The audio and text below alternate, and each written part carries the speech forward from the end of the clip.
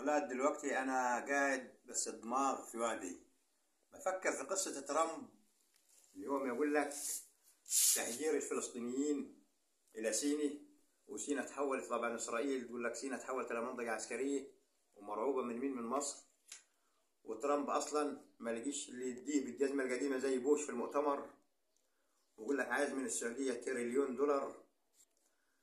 فأنا موجه رسالي مع بعض احترامي للشعب السعودي، سيبك من الحكومة على جنب، محدش يسمع كلام ترامب. كلمة ابن سلمان يدفع تريليون ده موضوع فاشل، ممكن يعرص ابن سلمان ويديله.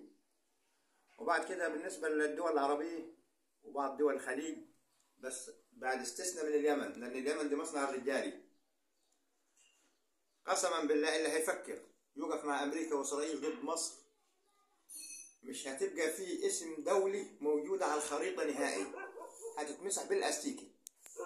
هذا تحذير، انا اللي هنبه، مفيش قيادات مصرية كمان هتتكلم، انا اللي بتكلم بالنيابة عن القيادات المصرية، انا اللي ما هتكلم. هتتمسح بالاستيكة مهما تكن قوة الدولة دي او اموالهم، هتبقى وهي خاوية على عروشها بعيد من اليمن بالذات. اي دولة من الخليج دول عربية هتتآمر على مصر مع البقرة الحلوب ترامب، قسما بالله هيتحكى في التاريخ، هيقولوا حدث في مثل هذا اليوم.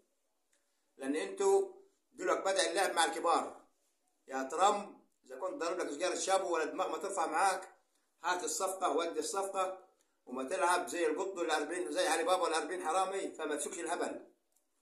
ارجع من اللي انت فيه، حاول حد يديك جلسات كهرباء على مخك يا ترامب. بفلوسك انت مش هتسيطر على العالم، والهيمنة بتاعتكم دي كفاية، تعبتوني. وابن سلمان ارجع من اللي انت فيه، ما تتبعش ترامب.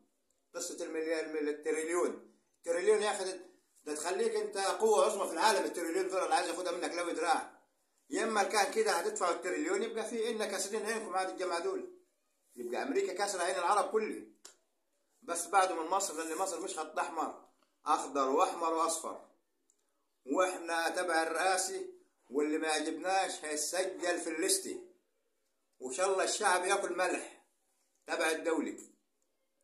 وعايزكم تقروا في التاريخ تشوفوا مين مصر. تعبت 200 ابونا يا ترامب يا تنبل.